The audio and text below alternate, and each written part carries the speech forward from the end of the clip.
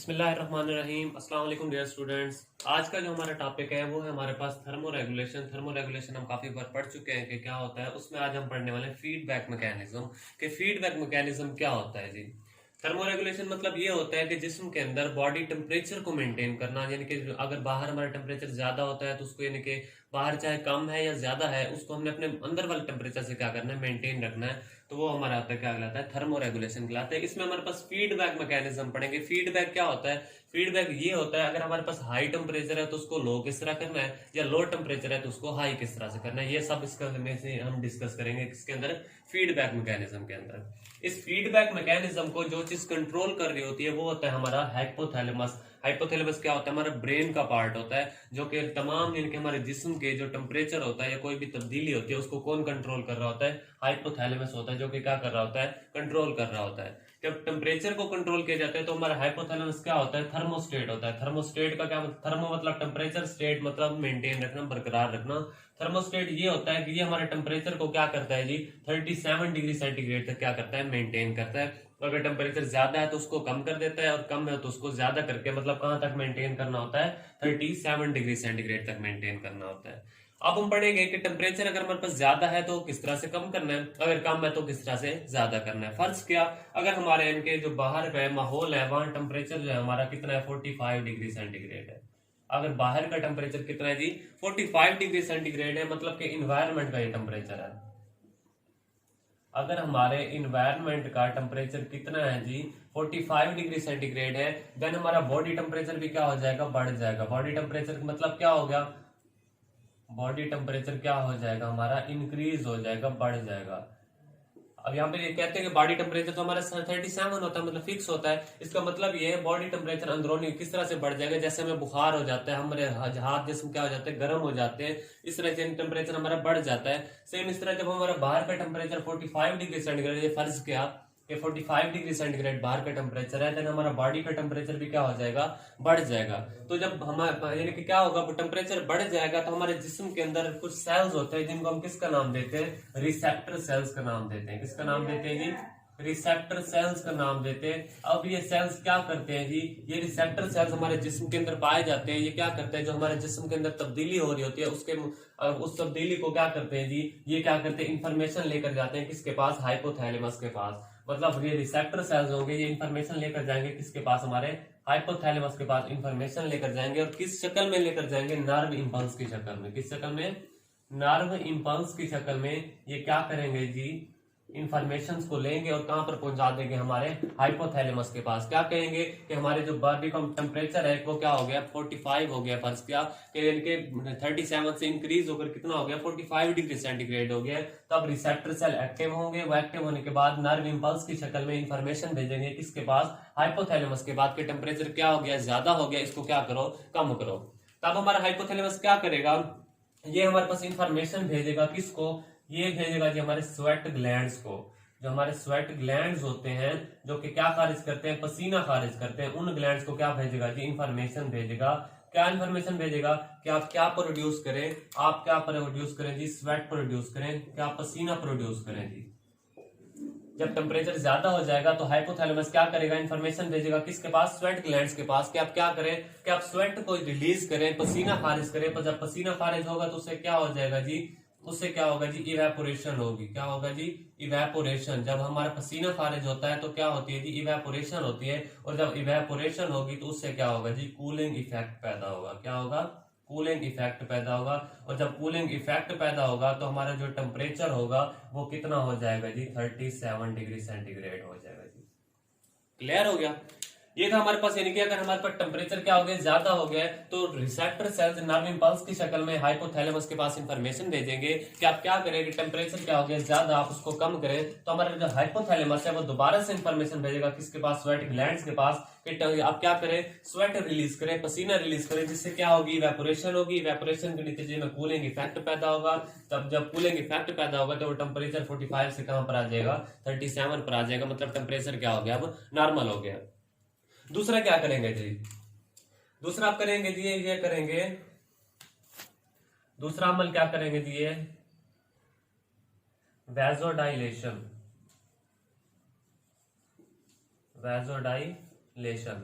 अब ये दूसरा प्रोसेस करेंगे वो क्या कहलाता है जी, वैसोडाइलेशन। वैसोडाइलेशन में क्या होता है जी, अब ये क्या करेंगे, वैसोडाइलेशन में ये होता है जो हमारे बॉडी के अंदर जो क्या होता है, ये जो हमारे हाइपोथैलेमस होते हैं ये क्या करते हैं, वैसोडाइलेशन करते हैं। इसमें क्या होता है, जो हमारा खून होता है वो ज्यादा से ज्यादा हमारे जिस्म के जो पार्ट्स होते हैं उनकी तरफ जाना शुरू हो जाता है। जब ज्यादा से ज्यादा खून हमारे पार्ट्स में जाएगा तो वहां पर खून की हरकत जो है वो बहुत ज्यादा हो जाएगी। जब खून की हरकत क्या हो जाएगी, बहुत ज्यादा हो जाएगी, वहां पर क्या होगी, एनर्जी प्रोड्यूस होगी और वो एनर्जी क्या हो जाएगी, रिलीज हो जाएगी हमारे जिस्म से। वो एनर्जी क्या हो जाएगी, रिलीज हो जाएगी। जब एनर्जी क्या हो जाएगी, रिलीज होगी, तब हमारे जिस्म का टेम्परेचर क्या हो जाएगा जी, कम हो जाएगा। तो ये क्या कहलाता है, वैसोडाइलेशन कहलाता है। इसमें क्या होगा, वैसोडाइलेशन में क्या होगा, ज्यादा से ज्यादा खून हमारे जिस्म के पार्ट्स की तरफ जाएगा, वहां पर खून की क्या होगी, ज्यादा से ज्यादा मूवमेंट होगी, जिसके नतीजे में एनर्जी रिलीज होगी जो कि जिस्म से खारिज हो जाएगी। तब क्या होगा, हमारा टेम्परेचर क्या हो जाएगा, कम हो जाएगा। और कितना हो जाएगा, 37 डिग्री सेंटीग्रेड होगा।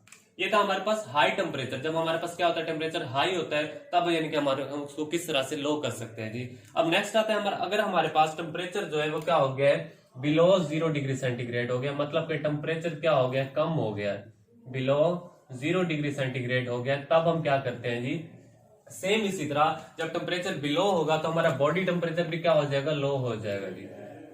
हमारा बॉडी जो टेम्परेचर होगा वो भी क्या हो जाएगा, लो। जब बॉडी टेम्परेचर लो होगा तो हमारे जिस्म के अंदर जो रिसेप्टर सेल्स पाए जाते हैं, कौन से सेल्स पाए जाते हैं, रिसेप्टर सेल्स पाए जाते हैं, जो मैंने अभी आपको पहले वही बताया है। जो रिसेप्टर सेल्स होते हैं वो क्या करते हैं जी, जैसे यहाँ मैंने आपको बताया था टेम्परेचर ज्यादा था और तो रिसेप्टर सेल एक्टिव हुए थे, सेम इसी तरह जब टेम्परेचर कम होगा तब भी रिसेप्टर सेल्स एक्टिव होंगे और वो क्या करेंगे जी, इंफॉर्मेशन भेजेंगे किसके पास, हाइपोथैलेमस के पास। ये हाइपोथैलेमस के पास दोबारा से इंफॉर्मेशन भेजेंगे और किस शक्ल में भेजेंगे, नर्व इंपल्स की शक्ल में भेजेंगे। किस शक्ल में भेजेंगे जी, नर्व इंपल्स की शक्ल में इंफॉर्मेशन भेजेंगे।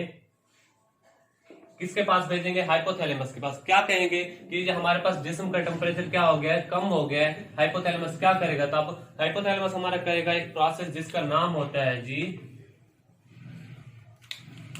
हाइपोथैलेमस एक प्रोसेस करेगा जिसका नाम होता है जी शीवरिंग थर्मोजेनेसिस।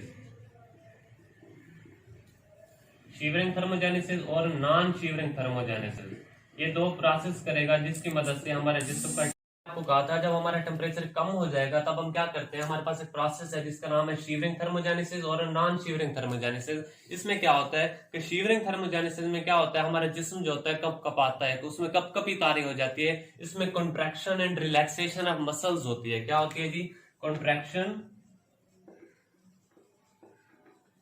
And relaxation. इसमें क्या होता है जी, कॉन्ट्रैक्शन एंड रिलैक्सेशन का प्रोसेस होता है जिसमें हमारे मसल्स होते हैं कॉन्ट्रैक्ट भी होते हैं, रिलैक्स भी होते हैं। जब ये मूवमेंट करते हैं तो उनके मूवमेंट के नतीजे में क्या पैदा होती है, हीट की प्रोडक्शन होती है। किसकी प्रोडक्शन होती है जी, हीट की प्रोडक्शन होती है। जब आपको पता है हीट की प्रोडक्शन होगी तो हमारा अंदरूनी टेम्परेचर क्या हो जाएगा, बढ़ जाएगा। जब टेम्परेचर बढ़ जाएगा तो वो बिलो जो 0 डिग्री सेंटीग्रेड था वो किसके ऊपर पहुंच जाएगा, फिर 37 डिग्री सेंटीग्रेड के ऊपर पहुंच जाएगा। तो हमारा टेम्परेचर क्या हो जाएगा, नॉर्मल हो जाएगा। शीवरिंग थर्मोजेनेसिस में क्या होगा, कॉन्ट्रैक्शन एंड रिलैक्सेशन ऑफ क्या होगी, मसल्स होगी, जिसकी मदद से क्या होगी, हीट प्रोडक्शन होगी और हमारा टेम्परेचर क्या हो जाएगा, बढ़ जाएगा। सेम इसी तरह हमारे पास नॉन शीवरिंग में क्या होता है, इसमें कुछ हार्मोन्स होते हैं जो कि क्या करते हैं, हीट की प्रोडक्शन करते हैं। उन हार्मोन्स की मदद से क्या होगा, हीट की प्रोडक्शन होगी और उसके नतीजे में क्या होगा, जो हमारा टेम्परेचर क्या हो जाएगा, बढ़ जाएगा, जो कि 37 डिग्री सेंटीग्रेड हो जाएगा। सेम इसी तरह ये दूसरा कौन सा प्रोसेस करेंगे, दूसरा ये प्रोसेस करते हैं वो होता है जी हमारे पास वैसो कंस्ट्रिक्शन। क्या होता है जी, ये था हमारे पास वैसो डायलेशन, वो है हमारे पास वैसो कंस्ट्रिक्शन।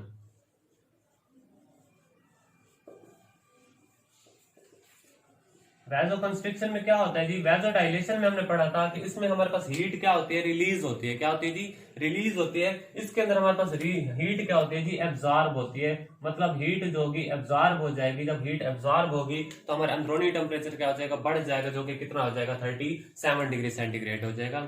ये पढ़ा हमने क्या कि हमारे पास जब हाई टेम्परेचर होगा तब हमने कौन से प्रोसेस करने हैं, स्वेट ग्लैंड, पसीना खारिज करेंगे और वैसोडाइलेशन करेंगे, जिसकी मदद से हीट रिलीज हो जाएगी और हमारा टेम्परेचर क्या हो जाएगा, नॉर्मल हो जाएगा। सेम इसी तरह हमने बिलो टेम्परेचर जब 0 हो जाएगा तब कौन से दो प्रोसेस करेंगे, एक हम शीवरिंग और नॉन शीवरिंग थर्मोजेनेसिस करेंगे, दूसरा वैसो कंस्ट्रक्शन करेंगे, जिसकी मदद से हीट प्रोडक्शन होगी। हीट जब प्रोड्यूस होगी तब हमारा टेम्परेचर क्या हो जाएगा, नॉर्मल हो जाएगा, जो कि 37 डिग्री सेंटीग्रेड हो जाएगा।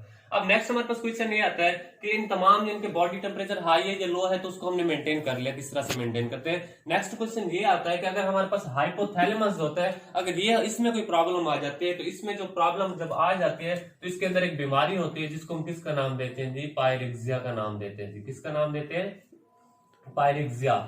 अगर हमारे हाइपोथैलेमस के अंदर कोई प्रॉब्लम आ जाती है तब एक बीमारी होती है जिसको हम किसका नाम देते हैं, पायरिक्सिया का नाम देते हैं जी। इसमें हमारे पास एक हार्मोन होता है, एक सब्सटेंस होता है जिसको हम किसका नाम देते हैं जी, पायरोजिन का नाम देते हैं। ये जो पायरोजिन हार्मोन होते हैं इसकी वजह से क्या हो जाता है, हमारे हाइपोथैलेमस में मसला आ जाता है, तब हमारे पास एक बीमारी हो जाती है जिसको किसका नाम देते हैं, हम पायरिक्सिया का नाम देते हैं। हमें किस तरह से पता लगता है कि ये बीमारी पायरिक्सिया की हो गई है, इसके अंदर हमारे पास जो टी लिम्फोसाइट्स होते हैं, मतलब के टी लिम्फोसाइट्स जो होते हैं उसकी मदद से हम बताते हैं कि हमारे पास क्या हो गया, हमें पायरिक्सिया की बीमारी हो गई है। तो ये था हमारा आज का टॉपिक। नेक्स्ट लेक्चर कल मिलेंगे, आज तक के लिए अल्लाह।